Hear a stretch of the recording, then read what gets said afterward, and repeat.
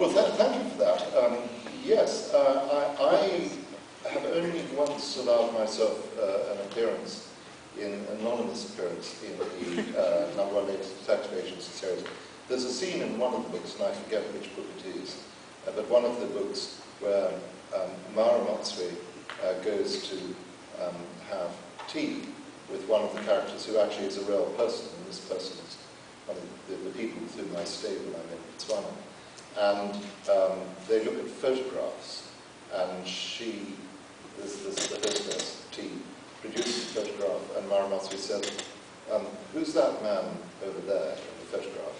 And the hostess says, oh, he's a man who stays with us, he writes books. And then Mara Matsui says, he's smiling at me. That was I wanted to meet her. That was the one meeting that I had with her.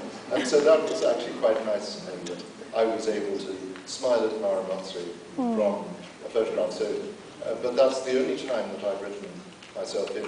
Now, having said that, of course, authors are always writing themselves into books without realizing it, and that they give themselves away. And so many of the things that the characters say are things that I really believe. So, for example, I agree with Mara Matsui about 100% of the time. I've never disagreed with her over anything. And I also agree with Isabel Dalhousie. I'm pretty much in agreement with her. So, yes, but that's the only time that I officially appear. And I'm not planning to appear again in the books. That was it. And I didn't use my name. So I think it would be very embarrassing to put yourself into a book. You'd either have to describe yourself accurately or in a tremendously idealized way. Yes, thank you. Very big fan, and I want to thank you for the joy and the great enjoyment that we've got from reading your books. Two questions. First, do you have further movies planned for either the Botswana series or the Scotland Street series? And then why are the Scotland Street series books released so much later than they are in the UK? Thank you very much for that. As far as the movies are concerned, HBO have said publicly that they're hoping to do 2 feature-length movies made for television, and they've been working on scripts for those. So I think there's a very good chance that will happen. But when that will happen, I'm not sure, because the film industry moves at a fairly slow pace, and it takes quite some time for things to reach fruition.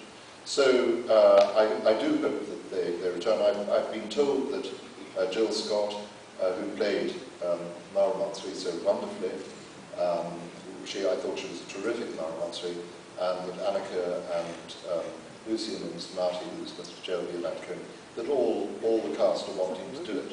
So let's hope that they do make it.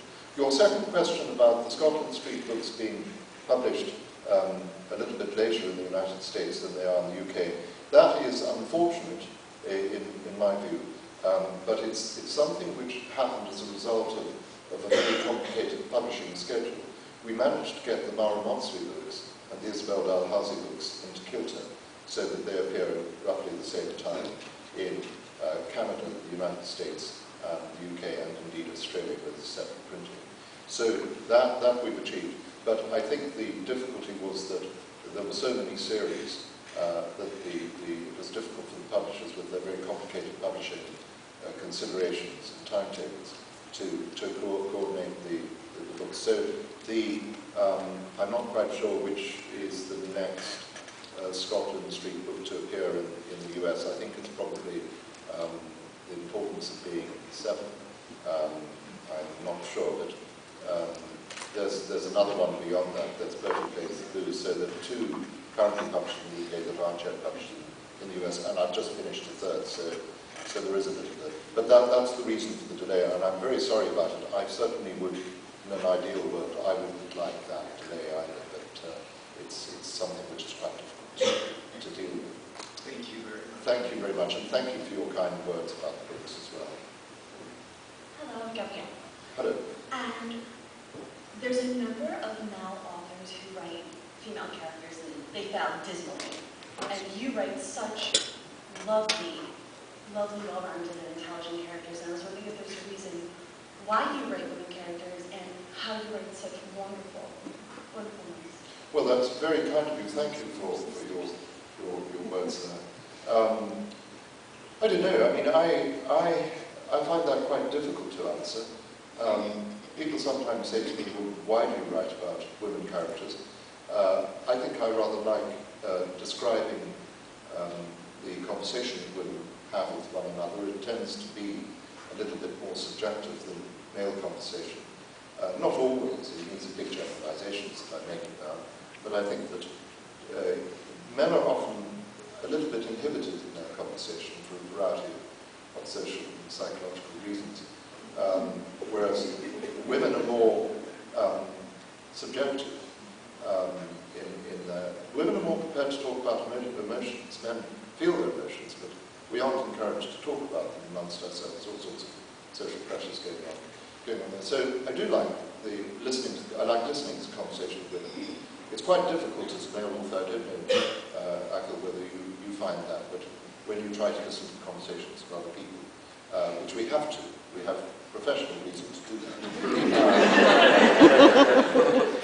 That women sometimes, if a group of women are talking, a man comes up, they stop talking, and that's very difficult for authors. And I wish women would actually inquire of a man who sidles up to them.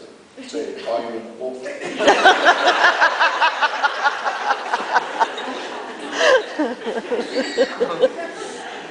Mind you, the wrong sort of man might hear about that.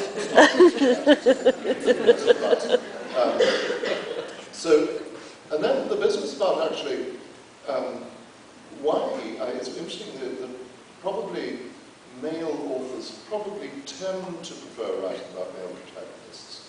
Not always, but they do tend, perhaps. But it'd be very interesting to have a survey, to have some empirical data as to how many male authors use female characters as opposed to how many female authors use male characters. But one of the things which is really rather interesting to me about all this is that people often ask me why I think I should write as women, or why I write as women. But they never ask women authors why they should write about male characters. It's extraordinary. It's called double standards. But I don't know whether I've answered your question. I think that as an author, final thing I'd say is that an author, you have to try to be to understand the experience of people whose personal, historical, private experience would be quite different from your own.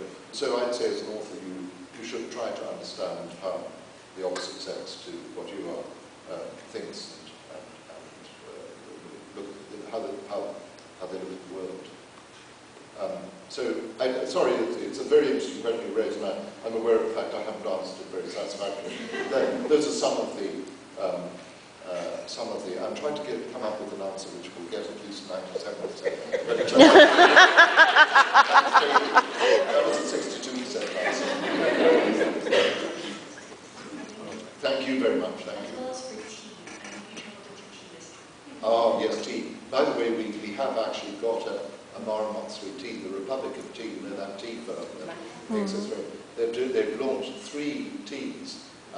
There's a tea called Precious's Cup of Comfort, which is red bush with a drop of vanilla. And then there's a tea called 97% tea. You know whose tea. And then there's Mr. J.B. Matco's garage tea or whatever, I forget the precise name. What's it called? Speedy Motor. Speedy Motor tea. So we've got 3 teas, and they really are. They're very delicious.